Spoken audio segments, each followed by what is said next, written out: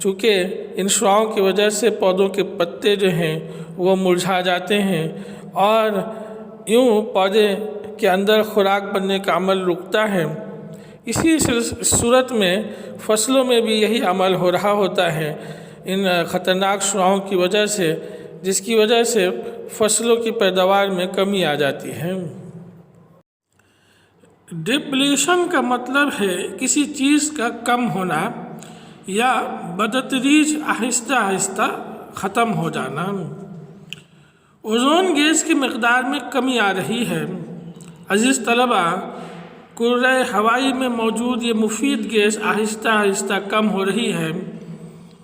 اس کی جو تہ ہے، اس کے جو لیئر ہے، غلاف ہے، یہ آہستہ آہستہ پتلی ہو رہی ہے اور اس میں شگاف پڑنے کا عمل، سوراخ بننے کا عمل شروع ہو چکا ہے۔ 1990 سے اب تک اوزون کی تہ بری طرح متاثر ہوئی ہے۔ 1990 سے لے کر اب تک اوزون کی تہ بہت تیزی کے ساتھ ختم ہو رہی ہے۔ اس تہ میں براعظم انٹارکٹیکا کے اوپر ایک سوراخ بھی پیدا ہو گیا ہے جس کے ذریعے الٹرا وائلیٹ شعاعیں زمین پر پہنچ رہی ہیں۔ الٹرا وائلیٹ شعاعیں اس سوراخ سے براہ راست زمین پر پہنچ رہی ہیں۔ اوزون تہ کے حجم میں کمی کی سب سے بڑی وجہ CFC گیس ہے۔ عزیز طلبہ، اوزون کے جو تہ ہے اس میں جو کمی آ رہی ہے اس کی بڑی وجہ CFC گیسز ہیں۔ CFC کا مطلب ہے کلورو فلورو کاربن۔ اس گیس کے اندر موجود کلورین ایٹم جب کرۂ ہوائی میں داخل ہوتا ہے تو بآسانی اسٹریٹو اسفیئر کے اوپر والی سطح پر پہنچ جاتا ہے جہاں اوزون موجود ہے۔ یہ ایٹم بہت تیزی کے ساتھ اوزون کے مالیکیول کے ساتھ کیمیائی عمل کرتا ہے اور اوزون کے مالیکیول کو آکسیجن کے 3 سے 2 ایٹموں میں تبدیل کر دیتا ہے۔ عزیز طلبہ، یاد رکھیے، اوزون آکسیجن کے 3 ایٹموں سے مل کر بنی ہے۔ اوزون گیس کی جو تشکیل ہوتی ہے وہ آکسیجن کے 3 ایٹموں کو ملانے سے اس کی تشکیل ہوتی ہے، اور کاربن کے جو ایٹمز ہیں، یعنی کلورو فلورو کاربن اور اس گیس کے اندر موجود جو کلورین ایٹم ہے وہ آکسیجن کے 3 ایٹموں کو جو کہ اوزون میں موجود ہے کم کر کے 2 میں تبدیل کر دیتا ہے۔ اس طرح اوزون کی خاصیت تبدیل ہو جاتی ہے اور اوزون کی افادیت میں بھی کمی آ جاتی ہے۔ اب جب اوزون آکسیجن کے 2 ایٹموں پر مشتمل ہوگی تو پھر الٹرا وائلیٹ شعاعوں کو روکنے میں ناکام رہتی ہے۔ جب آکسیجن کے 2 ایٹم یعنی سادہ آکسیجن رہ جاتی ہے تو اس کی الٹرا وائلیٹ شعاعوں کو جذب کرنے کی خاصیت اوزون میں سے ختم ہو جاتی ہے۔ اس طرح یہ شعاعیں زمین تک پہنچ جاتی ہیں۔ CFC گیس کا استعمال عام طور پر فریج اور ایئر کنڈیشنر میں ٹھنڈک پیدا کرنے کے لیے کیا جاتا ہے۔ اس کے علاوہ یہ گیس مختلف اسپرے کے ڈبوں میں بھی استعمال ہوتی ہے۔ عزیز طلبہ، اب تک آپ کو اندازہ ہو چکا ہوگا کہ اوزون لیئر زمین کے لیے کس قدر اہمیت کا حامل ہے اور زمین پر موجود حیات کے لیے، خاص طور پر انسان اور دیگر جاندار پیڑ پودوں کے لیے کس قدر اہمیت کے حامل ہیں۔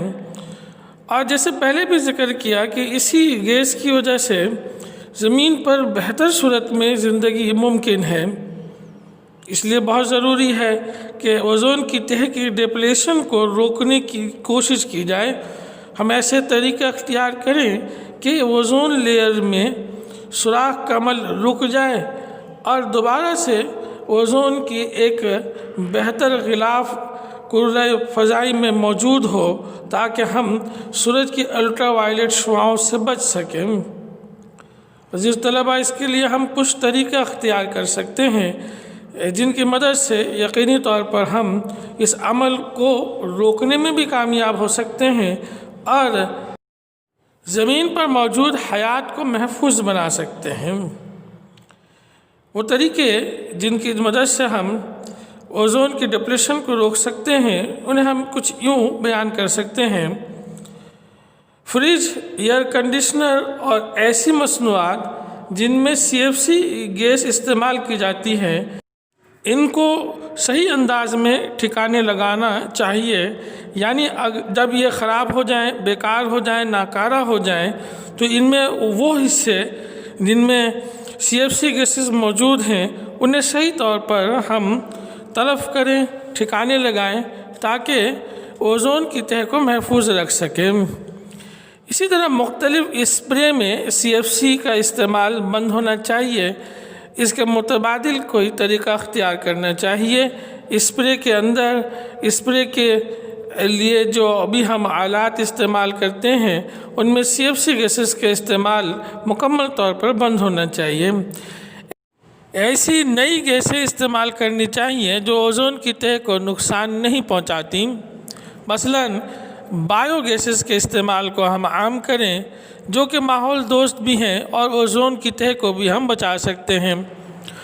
حکومتیں اس امر کو یقینی بنائیں، اس بات کو یقینی بنائیں کہ CFC کسی بھی شے میں استعمال نہ ہو، یعنی حکومتی سطح پر CFC گیسز کے استعمال کو ممنوع قرار دیا جائے، اس پر مکمل پابندی عائد کی جائے اور متبادل گیسوں کے استعمال کو ترجیحی بنیاد پر اور حکومتی سطح پر سرپرستی حاصل ہونی چاہیے۔ اور عزیز طلبہ، سب سے اہم تو یہ ہے کہ لوگوں کو اوزون کی اہمیت سے متعلق تعلیم دینی چاہیے۔ مثلاً ہم تعلیمی عمل میں جیسے کہ آپ کو اوزون کی اہمیت سے آگاہ کر رہے ہیں، اسی صورت میں دیگر لوگوں تک بھی یہ بات پہنچانی چاہیے کہ وہ ایسی چیزوں کے استعمال بند کر دیں جن میں CFC گیسز موجود ہیں۔ عزیز طلبہ، آپ خود بھی اس بات کا اہتمام کریں کہ ایسی چیزیں استعمال نہ کریں جن میں CFC گیسز موجود ہیں۔ اسی صورت میں ہم اوزون کی تہہ کو محفوظ کر سکتے ہیں، اوزون لیئرز کو ہم محفوظ کر سکتے ہیں اور سورج کی الٹرا وائلٹ شعاعوں سے زمین کو مکمل طور پر محفوظ بنا کر ہی ہم زمین پر موجود حیات کو بھی محفوظ بنا سکتے ہیں۔ عزیز طلبہ، اسی کے ساتھ آج کا ہمارا سبق اوزون سے متعلق ختم ہوتا ہے۔ اب آپ سے گزارش ہے کہ اس سبق کو ایک سے زائد مرتبہ ضرور دیکھیں، خاص طور پہ ان مشکل حصوں کو ضرور ایک سے زائد مرتبہ سنیں اور دیکھیں تاکہ آپ بہتر طور پر سبق کو سمجھ سکیں۔ اس سبق سے اہم نکات کو رف کاپی پر نوٹ کر کے لازمی یاد کریں اور سبق نمبر 1 سے مختصر جوابات بھی یاد کریں۔ آج آپ کو بطور ہوم ورک سبق نمبر 1 سے مختصر جوابات یاد کرنے کے لیے دیے جا رہے ہیں، آپ انہیں لازمی یاد کریں گے۔ اگلے سبق کے ساتھ پھر حاضر خدمت ہوں گے۔ آپ سب کا بہت بہت شکریہ۔ السلام علیکم ورحمۃ اللہ وبرکاتہ۔